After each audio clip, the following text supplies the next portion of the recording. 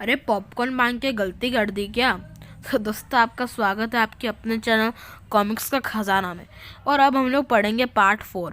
Part 3 में हमने पढ़ा कि सारे सुपर हीरोज एक साथ कुछ बातें करते हैं। तो चलिए आगे बढ़ते हैं। अरे पॉपकॉर्न मांग कर गलती कर दी क्या? कमबख्त युगम, कम से कम प्रोटीन शेक ही भिजवा देता, खड़ूस कंजूस।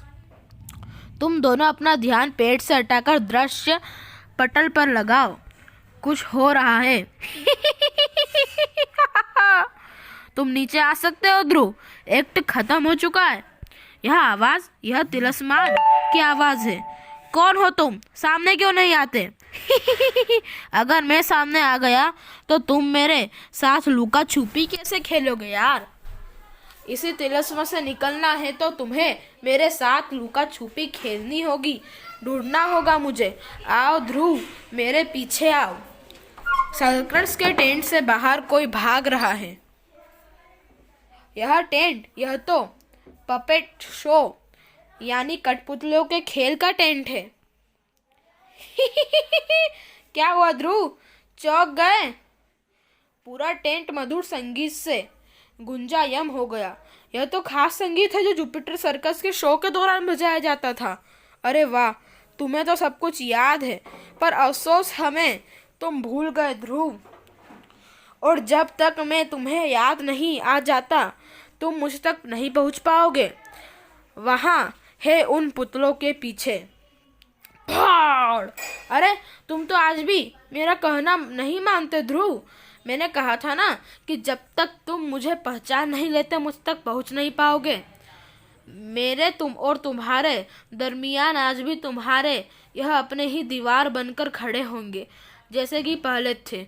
और हाँ, खेल को और अधिक रोमांचक बनाने के लिए मैंने बोने जोकर साथी भी इनका पूरा साथ देंगे। आखिर तिलस्मान के किसी शख्स को खड़ा किया है तिलस्म बनाकर।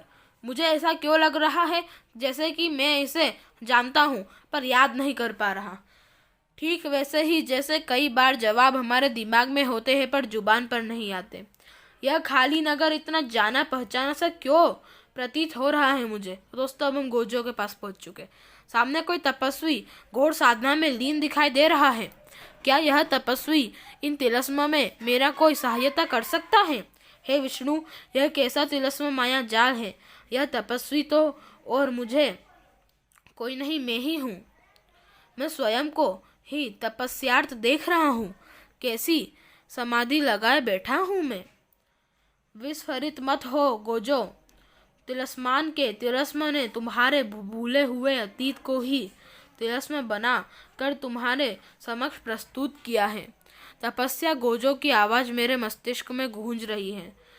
इस तिलस्म का तोड़ तुम्हारा वह अतीत है। उस तक पहुंच जाओगे तो यह तिलस्म तोड़ लोगे, परंतु सावधान, उस अतीत तक पहुंचना इतना सरल नहीं होगा, क्योंकि तुम्हें उस तक पहुंचने के लिए रोकने का कार्य तुम्हारे अपने ही करेंगे। बिल्लोरा, तुम यहाँ, बाकी साथी कहाँ हैं? बाकियों की क्या आवश्यकता है तपस्वी?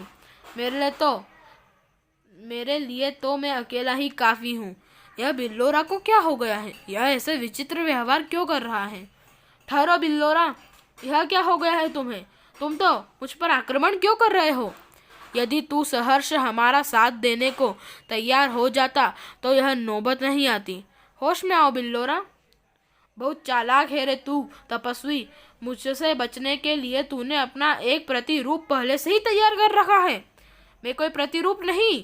एक क्षण, यह बिल्लोरा मुझे प्रतिरूप समझ रहा है, परंतु वास्तव में यह खुद एक प्रतिरूप है, इस गोजो की तरह है। ये प्रतिरूप तालिस्मान के इस तिलस्म के ही निर्मित किए हुए हैं, जिनके उद्देश्य मुझे किसी ऐसी घटना के विषय में याद दिलाना है जो मेरी स्मृति में नहीं, अर्थात अपने स्मृति पलट को खंगालने के लिए सर्वप्रथम मुझे इस प्रतिरूप पर, बिल्लोरा पर विजय हासिल करनी होगी। युद्ध में इतना विचार नहीं करते मूर्ख, अन्यथा मार पड़ती है। खच! ओफ! बड़ा गर्म और स्वादिष्ट है तेरा रक्त। अवश्य ही तेरा हृदय भी स्वादिष्ट होगा। बहुत भूख लगी है तुझे। तेरा शुद्धा मेरा यह मुष्टि प्रहार शांत करेगा। बड़क! आवेश में आकर किए गए प्रहार युद्ध नहीं कहलाते। युद्ध के लिए नीति चाहिए। अद्भुत युद्ध नीति है तेरी, पलायन करने की। लेकिन तेरी यह नीति तुझे बचा नहीं पाएगी। मेरी गति का मुकाबला तू नहीं कर सकता। यह ठीक कह रहा है। इसकी तीव्र गति और इसके बल का सामना मैं नहीं कर सकता। मुझे अति शीघ्र उस विशेष स्थान तक पहुंचना होगा जो मैंने आते समय देखा था। बस यही तेरा दौड़ समाप्त। घोर! अब मरते समय ना यह भागदौड़ काम आएगी, ना ही तेरी कोई युक्ति। बड़ा दिमाग से युद्ध लड़ने की बात कह रहा था ना, अब क्या हुआ? अब तो चूहे की तरह फंस गया तू। तेरे पीछे दीवार है और सामने मृत्यु। अब बता, अब क्या करेगा तू? मृत्यु की दीवार से टकराने दूंगा। पुरातन नगरी की यह जर्जर दीवार इस योग्य नहीं कि शक्तिशाली बिल्लोरा की टक्कर सह सके। मुझे पूरा यकीन था कि तुम दीवार को नष्ट करते हुए इस बावड़ी के जल में गिरोगे। इस बावड़ी को और इसके भीतर के जल को मैं पुरातन नगर से गुजरते समय ही देख चुका था। तिलस्म में कोई भी चीज आकरण नहीं बनाई जाती। छपक! इस बावड़ी ने विशेष रूप से मेरा ध्यान आकर्षित किया था।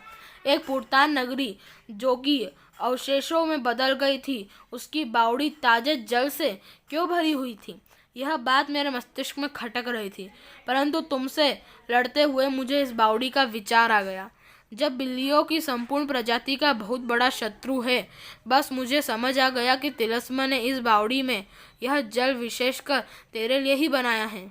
अब तो इसके भीतर तो आ गया है, लेकिन तुझे बाहर निकालने का मौका मैं नहीं दूंगा, क्योंकि तू जब तक जल में ही दुर्बल है और मैं तुझ पर आसानी से हावी हो सकता हूँ।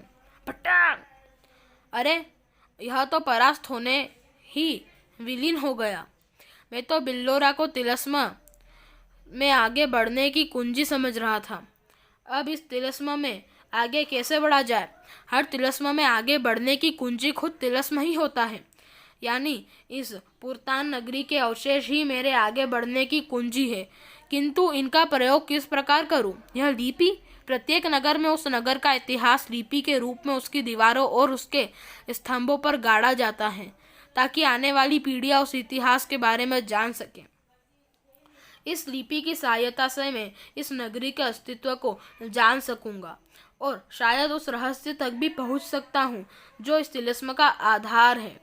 ओ, यह नगरी तो मेरे अपेक्षा से भी कहीं अधिक पुरातन है। सतयुग के मानवों द्वारा बसाई गई यह प्रथम नगरी है। सतयुग में इस नगरी की स्थापना देवताओं द्वारा स्वर्ग की स्थापना और दैत्यों द्वारा दैत्य लोग प्रस्थान के पश्चात हुई थी। तब महर्षि कश्यप द्वारा मानवों और उनकी संतानों के धरती पर रहने का निर्णय लिया गया था। यह नगरी वास्तव में स्वर्ग और दैत्यलोक के मध्य का वह स्थान है जहाँ ना देवताओं का अधिकार है और ना ही दैत्यों का। इस स्थान की सुरक्षा का दायित्व महर्षि गोजो पर था। महर्षि गोजो यानी मैं ने सतयुग में एक महर्षि के रूप में जन्म लिया था। अब उस बरगद के नीचे अपने तपस्या प्रतिरूप का औचित्य समझ आ रहा है। महर्षि गोजो महर्षि कश्यप के मानवों के पुत्र थे और संसार के सर्वश्रेष्ठ ज्ञानी पुरुष थे। मैं महर्षि कश्यप का पुत्र? इस अनुसार तो योद्धा मेरा भ्राता हुआ। बाप और भाई को तो याद कर चुका हूँ, अब अपने इष्ट देव को भी याद कर ले। अंततः उन्हीं के पास पहुंचने वाला है तू। बिल्लोरा के बाद अब जूडो का। हाँ, पर मुझ पर उस बिल्ले की तरह जल का कोई दुष्प्रभाव नहीं पड़ता, परंतु तुझ पर मेरे वारों का काफी दुष्प्रभाव पड़ने वाला है। ओ, यह तो अपनी वारों से पुरातन नगरी के स्तंभों और अवशेषों को ध्वस्त कर रहा है। यदि यह ध्वस्त हो गए तो मैं कभी भी इस तिलस्म से बाहर नहीं निकल पाऊंगा। हम्फ, यह आदम कंद कठपुतलियां मुझे आगे नहीं बढ़ने दे रही। भले ही यह काठ की कठपुतलियां सही, पर इन्हीं मेरे प्रयोजन का रूप दिया गया। मैं इन पर वार नहीं कर सकता। ओ, ये बोने जोकर जो आग के गोले फेंक रहे थे, उनमें से एक कठपुतली को लग गया है। मुझे यह आग फौरन बुझानी होगी, वरना पलक झपकते ही सब कुछ राख हो जाएगा। सैंडबैग्स। पुराने समय में इन ढेरों छोटे सैंडबैग्स का प्रयोग सर्कस के टेंट को सिरों के दबाए रखने के लिए किया जाता था, ताकि तेज हवाओं में टेंट उड़ न जाए। आज ये सैंडबैग्स अब आग बुझाने के काम आएंगे। रेत के कठपुतलियों के कलपुर्जों को जाम कर दिया। अब यह मेरे स्टेज पर आने पर वार नहीं कर सकते, लेकिन अभी मेरा स्टेज पर आने का कारण कुछ और है। ये खिलौने, रेत में छुपाए हुए ये खिलौने। मुझे याद आ गया कि कुछ देर पहले मैंने रिंग में जो एक्ट किया था वह था जुपिटर सर्कस का मशहूर एक्ट